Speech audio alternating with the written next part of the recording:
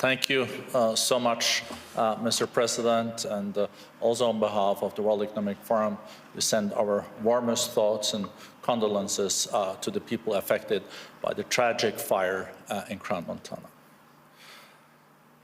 Ladies and gentlemen, it is really my great honor to welcome one of the most influential and respected leaders on the global stage today. President Ursula von der Leyen, a stateswoman whose leadership has helped define and shape Europe's direction in an era of historic uncertainty. Madam President, you have guided the European Union with clarity, resolve, and strong sense of purpose through some of the most demanding moments in history. Under your leadership, the European Commission has advanced a bold agenda for strengthening Europe's competitiveness with upholding its core values. As President of the European Commission, you have championed a Europe that is competitive yet fair, open yet resilient. On the global stage, you have been a clear and consistent voice for multilateral cooperation, support for Ukraine, and a rules-based international order. At a time when leadership is tested not only by crisis, but by choices made for the future, your voice offers both direction and reassurance. Please join me in welcoming President von der Leyen. Madam President, the floor is yours.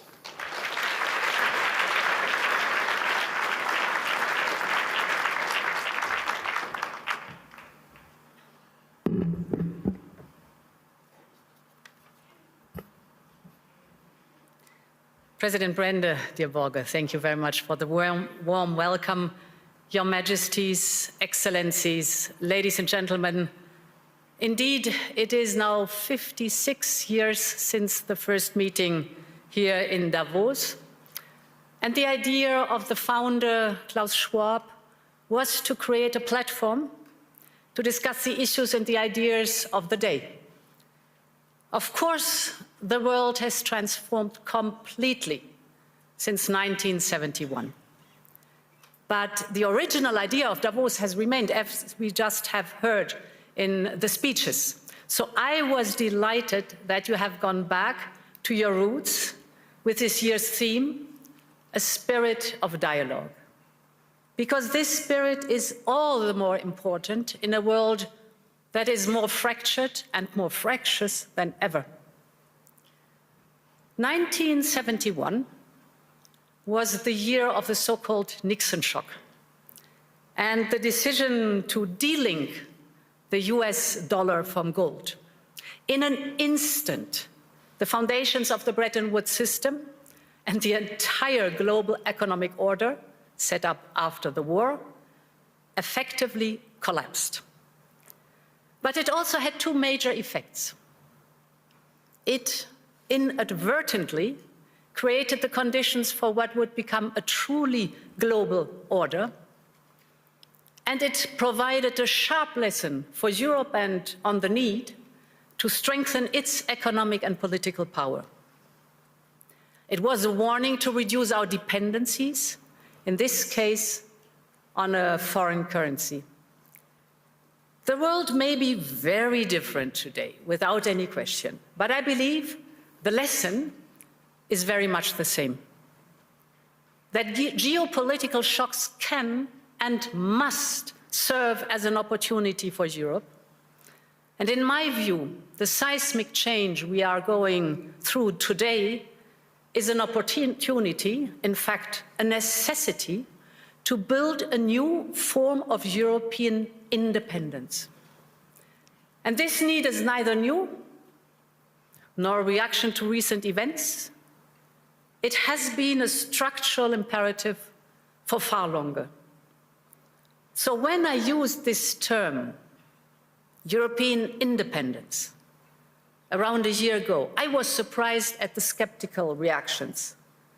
But less than 1 year on, there's now a real consensus around this. The sheer speed and almost unthinkable scale of the change have driven this, but the underlying imperative is still the same.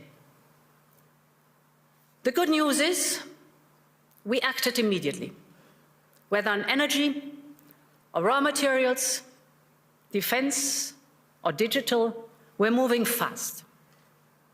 But the truth is also that we will only be able to capitalize on this opportunity if we recognize that this change is permanent. Of course, nostalgia is part of our human story, but nostalgia will not bring back the old order. And playing for time and hoping for things to revert soon will not fix the structural dependencies we have. So my point is, if this change is permanent, then Europe must change permanently too. It is time to seize this opportunity and build a new independent Europe. And ladies and gentlemen, this new Europe is already emerging. On Saturday, I was in Asunción, in Paraguay, to sign the EU-Mercosur trade agreement. It was a breakthrough after 25 years of negotiations. And with it, the European Union and Latin America have created the largest free trade zone in the world, a market worth over 20% of global GDP, 31 countries with over 700 million consumers aligned with the Paris Agreement. So this agreement sends a powerful message to the world that we are choosing fair trade over tariffs, partnership over isolation, sustainability over exploitation, and that we are serious about de-risking our economies and diversifying our supply chains. And that will not stop in Latin America. Last year, we reached new agreements with Mexico, Indonesia, and Switzerland, our host country. We're working on a new free trade agreement with Australia. We are also advancing with the Philippines, Thailand, Malaysia, the United Arab Emirates, and more. And right after Davos, the next weekend, I will travel to India. There's still work to do, but we are on the cusp of a historic trade agreement. Indeed, some call it the mother of all deals. One that would create a market of 2 billion people, accounting for almost a quarter of global GDP. And crucially, that would provide a first-mover advantage for Europe with one of the world's fastest growing and most dynamic continents. Europe wants to do business with the growth centers of today and the economic powerhouses of this century, from Latin America to the Indo-Pacific and far beyond. Europe will always choose the world, and the world is ready to choose Europe.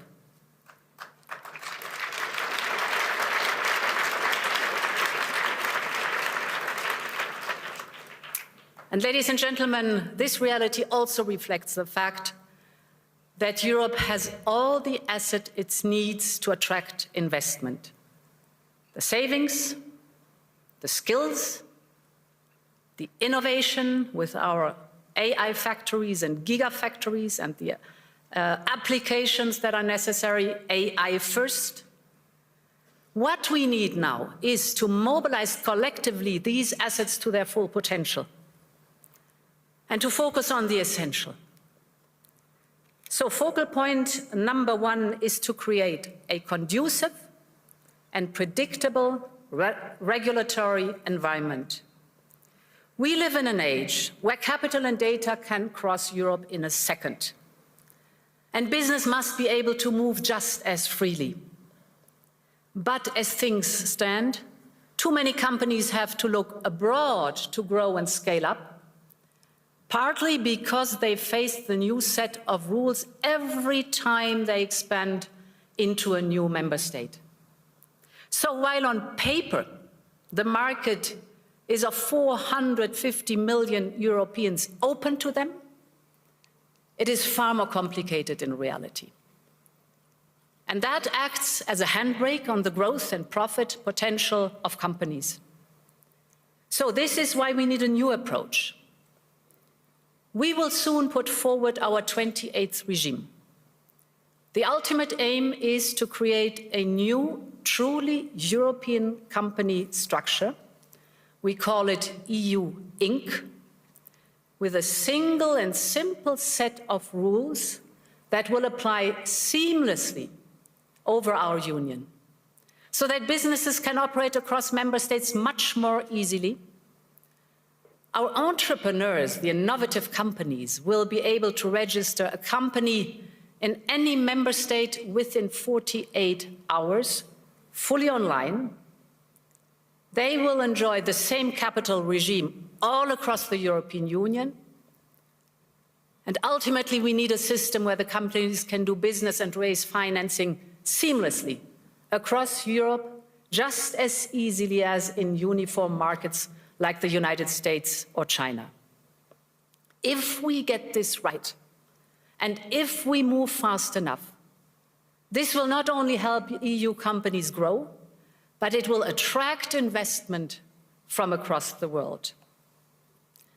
Which brings me to the second focus, investment and capital. We are now building the Savings and Investment Union. We need a large-scale, deep and liquid capital market that attracts a wide range of investors. And this will allow business to find the funding they need, including equity, at lower costs here in Europe. We have made proposals on market integration and supervision to ensure our financial market is more integrated. This covers trading, post-trading and asset management, as well as driving innovation and making our supervisory framework more efficient. This will help ensure that capital flows where it is needed, to scale-ups, to SMEs, to innovation, to industry. And the third priority is to build an interconnected and affordable energy market, a true energy union. Energy is a choke point for both companies and households. And just look at the dispersion of prices across European electricity hubs. Europe needs an energy blueprint that pulls together all the parts. This is our Affordable Energy Action Plan. We are, for example, massively investing in our energy security and independence with interconnectors and grids. This is for homegrown energies that we are trying to promote as much as possible, the nuclear and the renewables, to bring down prices and cut dependencies, to put an end to price volatility, manipulation and supply shocks. But now we have to speed up this transition, because homegrown, reliable, resilient and cheaper energy will drive our economic growth and deliver for Europeans and secure our independence. Ladies and gentlemen, whether on trade or business, capital or energy, Europe needs an urgency mindset. Our starting point is good. We are home to global champions in fields ranging from wind power to next-generation batteries, from aerospace to the industrial machines that are essential to build the chips and advanced weapons. Our companies are taking up AI at the same pace as their US peers. Europe is in the race for the key technologies of tomorrow. But as global competition gets ruthless, we must show real ambition, especially in those sectors vital for our independence. Take defense, for example. We have done more on defense in the last year than in decades before.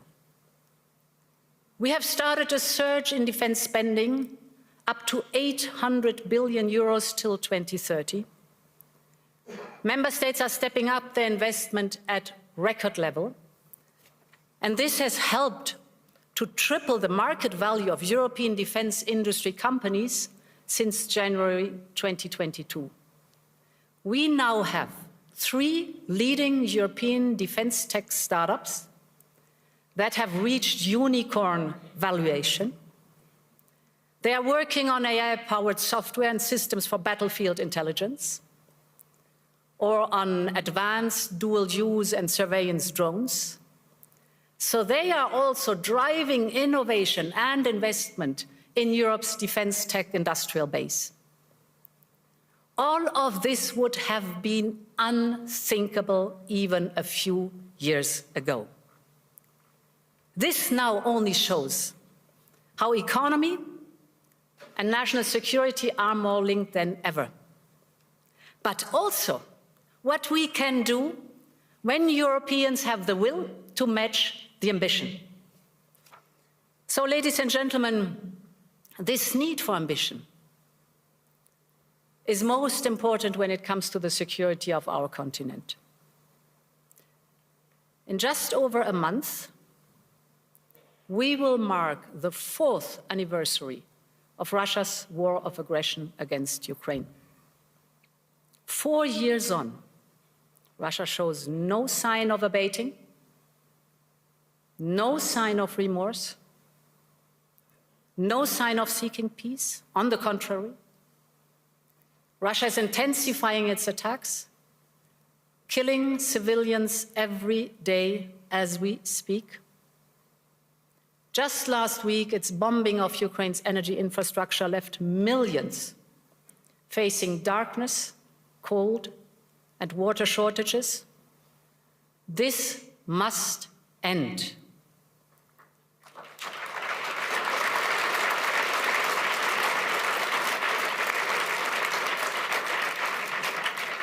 We all want peace for Ukraine. We recognize President Trump's role in pushing the peace process forward, and we will work very closely with the United States. And we all agree that, therefore, Ukraine must be in a position of strength to go to the negotiation table. And this is why we Europeans have decided to provide Ukraine with a loan of 90 billion euros for 2026 and 2027. With this support, we make sure that Ukraine can bolster its defense on the battlefield, strengthen its defense capabilities for a peace agreement, and keep basic services running. Above all, it reaffirms Europe's unwavering commitment to the security, the defense, and the European future of Ukraine. And in parallel, we decided to permanently immobilize the Russian assets, and that we reserve the right to make use of them. This should serve as a stark reminder to Russia and as a message to the world. Europe will always stand with Ukraine until there is a just and lasting peace.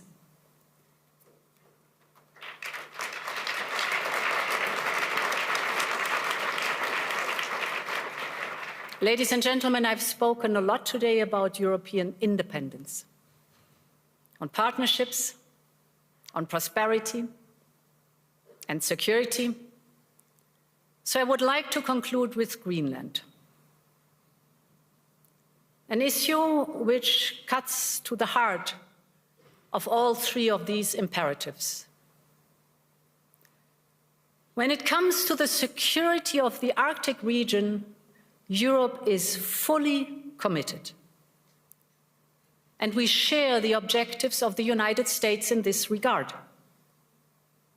For instance, our EU member Finland, one of the newest NATO members, is selling its first icebreakers to the United States. And this shows that we have the capability right here in the ice, so to speak. It shows that our northern NATO members have Arctic-ready forces right now.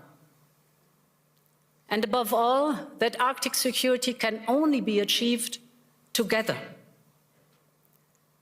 And this is why the proposed additional tariffs are a mistake, especially between long-standing allies. The European Union and the United States have agreed to a trade deal last July. And in politics, as in business, a deal is a deal. And when friends shake hands, it must mean something. Ladies and gentlemen, we consider the people of the United States not just our allies, but our friends. And plunging us into a downward spiral would only aid the very adversaries we are both so committed to keeping out of the strategic landscape. So our response will be unflinching, united, and proportional. But beyond this, we have to be strategic about how we approach this issue. And this is why we are working on a package to support Arctic security. First principle, full solidarity with Greenland and the Kingdom of Denmark. The sovereignty and integrity of their territory is non-negotiable. Second, we're working on a massive European investment surge in Greenland. We will work with Greenland and Denmark hand in hand to see how we can further support the local economy and infrastructure. Third, we will work with the United States and all partners on wider Arctic security. This is clearly in our shared interest, and we will step up our investment. In particular, I believe we should use our defense spending surge on a European icebreaker capability and other equipment vital to the Arctic security. And fourth, in the same spirit, we need to work with all our regional partners to strengthen our common security. And this is why we will look at how to strengthen our security partnerships with partners such as the UK, Canada, Norway, Iceland, and others. Finally, I believe Europe needs to adjust to a new security architecture and realities that we are now facing. And this is why Europe is preparing its own security strategy, which we plan to publish later this year. And as part of this, we are upgrading our Arctic strategy too. And at the heart of this will be the fundamental principle: it is for sovereign people to decide their own future. Ladies and gentlemen, when I started preparing for this year's address, security in the High North was not the main theme. But in many ways, it feeds into the wider point I started with today. That Europe must speed up its push for independence, from security to economy, from defense to democracy, having the dialogue with our friends and partners, also if necessary with adversaries. The point is that the world has changed permanently, and we need to change with it. And therefore, thank you and long live Europe.